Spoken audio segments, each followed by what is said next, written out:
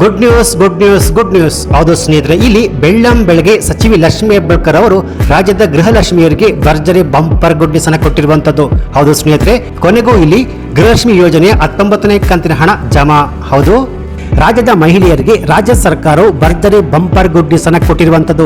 ಹೌದು ಸ್ನೇಹಿತರೆ, ಇಲ್ಲಿ ಯಾವೆಲ್ಲ ಮಹಿಳೆಯರು ಹಣ ಬಂದಿಲ್ಲ ಅಂತ ವೇಟ್ ಮಾಡ್ತಿರೋ, ಇವತ್ತು ತಾರೀಕು 16 ಬುಧವಾರದಂದು ಗೃಹಲಕ್ಷ್ಮಿ ಯೋಜನೆಯ 19ನೇ ಕಂತಿನ ಹಣದ ಜೊತೆಗೆ ಬಾಕಿ ಇರುವಂತಹ 17ನೇ ಕಂತಿನ ಹಣ ಜಮಾ ಆಗುವಂತದ್ದು.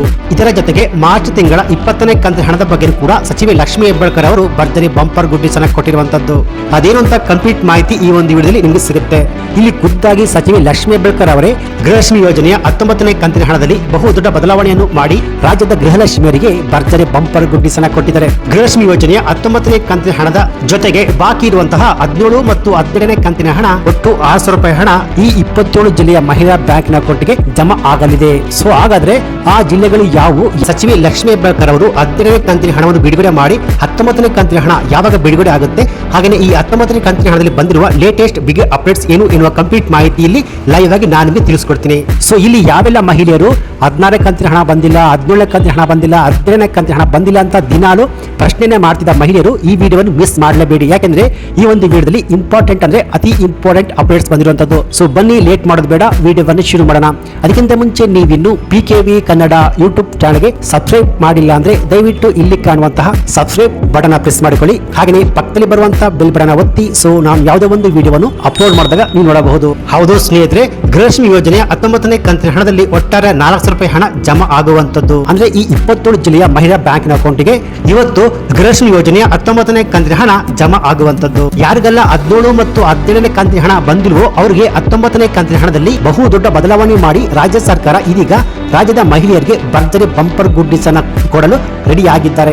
ಒಟ್ಟು 6720 ರೂಪಾಯಿ ಹಣ ಜಮಾ ಆಗಲಿದೆ. ಅಂದ್ರೆ ಇಲ್ಲಿ ಗೃಹಲಕ್ಷ್ಮಿ ಯೋಜನೆಯ ಹಾಗೂ ಅನ್ನಭಾಗ್ಯದ ಫಲಾನುಭವಿಗಳಿಗೆ ರಾಜ್ಯ ಸರ್ಕಾರ ಭರ್ಜರಿ ಬಂಪರ್ ಗುಡ್ಡಿಸನ ಕೊಟ್ಟಿರುವಂತದ್ದು. ಗೃಹಲಕ್ಷ್ಮಿ ಯೋಜನೆಯ 400 ರೂಪಾಯಿ ಹಣ ಅಂದ್ರೆ ಫೆಬ್ರವರಿ ಮತ್ತು ಮಾರ್ಚ್ ತಿಂಗಳ 400 ರೂಪಾಯಿ ಹಣ ಜೊತೆಗೆ ಅನ್ನಭಾಗ್ಯದ ಅಕ್ಕಿ ಹಣ ಏನ್ ಪೆಂಡಿಂಗ್ ಇತ್ತು 2720 ರೂಪಾಯಿ ಒಟ್ಟಿಗೆ ಸೇರಿ 6720 ರೂಪಾಯಿ ಹಣ ನಿಮ್ಮ ಬ್ಯಾಂಕ್ ಖಾತೆಗಳಿಗೆ ಈ 27 ಜಿಲ್ಲೆಗಳಿಗೆ ಜಮಾ ಆಗಲು ಶುರು ಆಗುವಂತದ್ದು.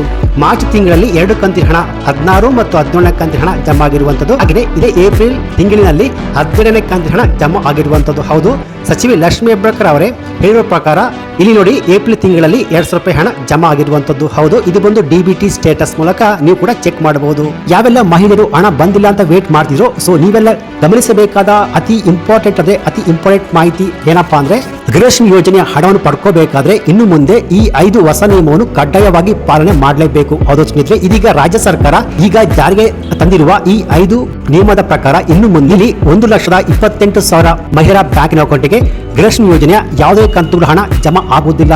ಸೊ ಆ 5 ಹೊಸ ನಿಯಮಗಳು ಯಾವುವು ಅಂತ ತಿಳಿದುಕೊಳ್ಳುವ ಮುಂಚೆ ಇವತ್ತು ಬುಧವಾರ ತಾರೀಕು 16ರಂದು ಯಾವ ಜಿಲ್ಲೆಯ ಮಹಿಳೆಯರ ಬ್ಯಾಂಕಿನ ಅಕೌಂಟ್ಗೆ ಒಟ್ಟು 6720 ರೂಪಾಯಿ ಹಣ ಜಮಾ ಆಗುತ್ತೆ ಅಂದ್ರೆ ಆ ಜಿಲ್ಲೆಯ ಲಿಸ್ಟ್ ಹೀಗಿದೆ: ಬೆಂಗಳೂರು ನಗರ, ಬೆಂಗಳೂರು ಗ್ರಾಮಾಂತರ, ಬೆಳಗಾವಿ, ಬೀದರ್, ಚಾಮರಾಜನಗರ, ಚಿತ್ರದುರ್ಗ, ದಕ್ಷಿಣ ಕನ್ನಡ, ಗದಗ, ಹಾವೇರಿ, ಕೊಡಗು, ಮೈಸೂರು, ಶಿವಮೊಗ್ಗ, ಉಡುಪಿ, ಯಾದಗಿರಿ, ಬಿಜಾಪುರ, ಬಾಗಲಕೋಟೆ, ಬಳ್ಳಾರಿ, ಮಂಡ್ಯ, ವಿಜಯನಗರ, ಚಿಕ್ಕಬಳ್ಳಾಪುರ, ಚಿಕ್ಕಮಗಳೂರು, ದಾವಣಗೆರೆ, ಧಾರವಾಡ, ಕಲಬುರಗಿ, ಹಾಸನ, ಕೋಲಾರ, ಕೊಪ್ಪಳ, ರಾಯಚೂರು, ರಾಮನಗರ, ತುಮಕೂರು ಹಾಗೆಯೇ ಉತ್ತರ ಕನ್ನಡ. ಸೊ ಈ 27 ಜಿಲ್ಲೆಯ ಪ್ರತಿಯೊಂದು ಮಹಿಳೆಯರ ಬ್ಯಾಂಕಿನ ಅಕೌಂಟ್ಗೆ ಗೃಹಲಕ್ಷ್ಮಿ ಯೋಜನೆಯ ಫೆಬ್ರವರಿ ತಿಂಗಳ 200 ರೂಪಾಯಿ ಹಣ ಜೊತೆಗೆ ಮಾರ್ಚ್ ತಿಂಗಳ 200 ರೂಪಾಯಿ ಹಣ ಜೊತೆಗೆ ಅನ್ನಭಾಗ್ಯದ ಏನು ಪೆಂಡಿಂಗ್ ಇತ್ತು ಅದು 2720 ರೂಪಾಯಿ ಹಣ, ಒಟ್ಟು 6720 ರೂಪಾಯಿ ಹಣ ಇವತ್ತಿನಿಂದ ಜಮಾ ಆಗಲಿದೆ. ಸೊ ಆದ್ರೆ ಇಲ್ಲಿ ಗೃಹಲಕ್ಷ್ಮಿ ಯೋಜನೆಯ ಹಣವನ್ನು ಪಡ್ಕೋಬೇಕಾದ್ರೆ ರಾಜ್ಯ ಸರ್ಕಾರ ಇವಾಗ ಹೊಸದಾಗಿ ಜಾರಿಗೆ ತಂದಿರುವ ಈ 5 ಹೊಸ ನಿಯಮವನ್ನು ಪಾಲನೆ ಮಾಡಲೇಬೇಕು. ಸೊ ಇಲ್ಲಾಂದ್ರೆ ನಿಮ್ಮ ಬ್ಯಾಂಕಿನ ಅಕೌಂಟ್ಗೆ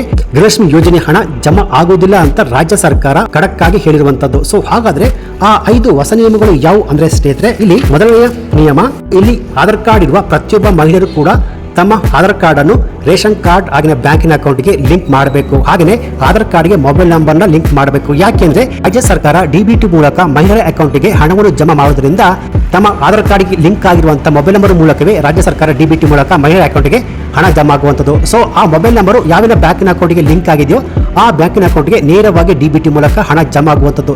ಸೊ ಯಾವ ಮಹಿಳೆಯರ ಮೊಬೈಲ್ ನಂಬರು, ಆಧಾರ್ ಕಾರ್ಡ್ ಮತ್ತೆ ಬ್ಯಾಂಕಿನ ಅಕೌಂಟ್ಗೆ ಲಿಂಕ್ ಆಗಿಲ್ವೋ ಅವರಿಗೆ ಗೃಹಲಕ್ಷ್ಮಿ ಯೋಜನೆ ಹಣ ಜಮಾ ಆಗುವುದಿಲ್ಲ ಸ್ನೇಹಿತರೆ. ಎರಡನೆಯ ನಿಯಮ ಏನಪ್ಪಾ ಅಂದ್ರೆ ರೇಷನ್ ಕಾರ್ಡ್ ಮತ್ತೆ ಆಧಾರ್ ಕಾರ್ಡ್ ಲಿಂಕ್. ಹೌದು ಸ್ನೇಹಿತರೆ, ಇಲ್ಲಿ ರೇಷನ್ ಕಾರ್ಡ್ ನ ಮುಖ್ಯಸ್ಥೆಯ ಆಧಾರ್ ಕಾರ್ಡ್ ರೇಷನ್ ಕಾರ್ಡ್ಗೆ ಲಿಂಕ್ ಆಗಿದ್ರೆ ಸಾಕಾಗುವುದಿಲ್ಲ. ಹೌದು, ರೇಷನ್ ಕಾರ್ಡ್ ನಲ್ಲಿ ಇರುವ ಪ್ರತಿಯೊಬ್ಬ ಸದಸ್ಯರ ಆಧಾರ್ ಕಾರ್ಡ್ ಕಡ್ಡಾಯವಾಗಿ ರೇಷನ್ ಕಾರ್ಡ್ಗೆ ಲಿಂಕ್ ಆಗಿರಲೇಬೇಕು. ಸೊ ಹೌದು ಸ್ನೇಹಿತರೆ, ಇಲ್ಲಿ ರೇಷನ್ ಕಾರ್ಡ್ ಮುಖ್ಯಸ್ಥೆಯ ಆಧಾರ್ ಕಾರ್ಡ್ ರೇಷನ್ ಕಾರ್ಡ್ಗೆ ಲಿಂಕ್ ಆಗಿದ್ರೆ ಸಾಕಾಗುವುದಿಲ್ಲ.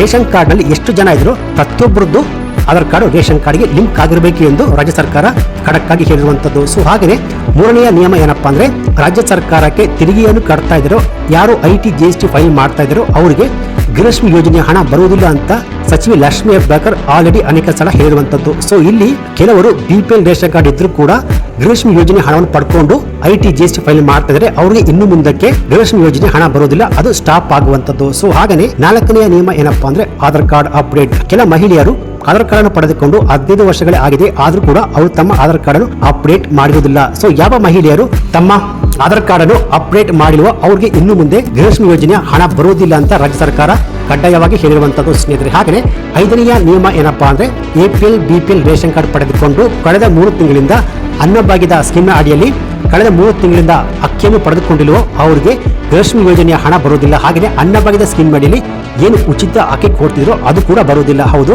ಯಾರು ರೇಷನ್ ಕಾರ್ಡ್ ಇದ್ರೂ ಕೂಡ ಕಳೆದ 3 ತಿಂಗಳಿಂದ ತಮ್ಮ ಹತ್ತಿರದ ನ್ಯಾಯಬೆಲೆ ಅಂಗಡಿಯಲ್ಲಿ ಅಕ್ಕಿಯನ್ನು ಪಡೆದುಕೊಂಡಿರುವ ಅವರಿಗೆ ಇನ್ನು ಮುಂದಕ್ಕೆ ಅನ್ನಭಾಗ್ಯದ ಸ್ಕೀಮ್ ಅಡಿಯಲ್ಲಿ ಅಕ್ಕಿ ಜೊತೆಗೆ ಗೃಹಲಕ್ಷ್ಮಿ ಯೋಜನೆಯ ಹಣ ಕೂಡ ಬರುವುದಿಲ್ಲ ಎನ್ನುವ ಮಾಹಿತಿ ಲಭ್ಯವಾಗಿರುವಂತದ್ದು. ಸೊ ಈ 5 ನಿಯಮಗಳ ಪ್ರಕಾರ ಇವಾಗ ಆಲ್ರೆಡಿ 1,28,000 ಮಹಿಳೆಯರಿಗೆ ಗೃಹಲಕ್ಷ್ಮಿ ಯೋಜನೆ ಹಣ ಆಲ್ರೆಡಿ ರದ್ದಾಗಿರುವಂತದ್ದು. ಸೊ ಇವತ್ತು ಬುಧವಾರ ತಾರೀಕು 16ರಂದು ನಿಮ್ಮ ಬ್ಯಾಂಕಿನ ಅಕೌಂಟ್ಗೆ ಒಟ್ಟು 6,720 ರೂಪಾಯಿ ಹಣ ಜಮಾ ಆಗುವಂತದ್ದು. ಸೊ ಒಂದು ವೇಳೆ ಇವತ್ತು ನಿಮ್ಮ ಬ್ಯಾಂಕಿನ ಅಕೌಂಟ್ಗೆ 19ನೇ ಕಂತಿನ ಹಣ ಜಮಾ ಆಗಿಲ್ಲ ಅಂದ್ರೆ 1-2 ದಿನ ವೇಟ್ ಮಾಡಿ. ಯಾಕೆಂದ್ರೆ ರಾಜ್ಯ ಸರ್ಕಾರ ಈಗ ತಾನೇ 17ನೇ ಕಂತಿನ ಹಣವನ್ನು ಜಮಾ ಮಾಡಿರುವಂತದ್ದು.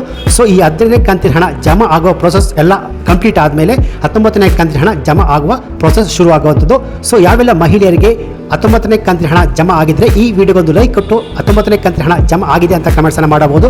ಒಂದು ವೇಳೆ ಜಮಾ ಆಗಿಲ್ಲ ಅಂದ್ರೆ ಈ ವಿಡಿಯೋಗೊಂದು ಲೈಕ್ ಕೊಟ್ಟು 19ನೇ ಕಂತಿನ ಹಣ ಜಮಾ ಆಗಿಲ್ಲ ಅಂತ ಕಮೆಂಟ್ಸ್ ಅನ್ನು ಮಾಡಬಹುದು. ಸೊ ಇದಾಗಿತ್ತು ಇವತ್ತಿನ ಗೃಹಲಕ್ಷ್ಮಿ ಯೋಜನೆಗೆ ಸಂಬಂಧಪಟ್ಟಂತೆ ಬಂದಿರುವ ಲೇಟೆಸ್ಟ್ ಅಪ್ಡೇಟ್ಸ್ ಮಾಹಿತಿ. ಸೊ ಈ ಮಾಹಿತಿ ನಿಮಗೆ ಇಷ್ಟ ಆಗಿದ್ರೆ ಈ ವಿಡಿಯೋಗೊಂದು ಲೈಕ್ ಕೊಟ್ಟು ಈ ವಿಡಿಯೋವನ್ನು ಗೃಹಲಕ್ಷ್ಮಿ ಯೋಜನೆಯ ಹಣವನ್ನು ಪಡೆಯುತ್ತಿರುವ ಎಲ್ಲ ಮಹಿಳೆಯರಿಗೆ ನಿಮ್ಮ ಫೇಸ್ಬುಕ್ ವಾಟ್ಸ್ಆಪ್ ಮೂಲಕ ಶೇರ್ ಮಾಡಿ. ಹಾಗೆಯೇ ಇದೇ ರೀತಿಯಾದ ಸರ್ಕಾರಿ ಉಪಯುಕ್ತ ಮಾಹಿತಿಗಳಿಗೆ ಕೂಡಲೇ PKV Kannada YouTube channel subscribe ಮಾಡಿ, ಸಪೋರ್ಟ್ ಮಾಡಿ. Thanks for watching.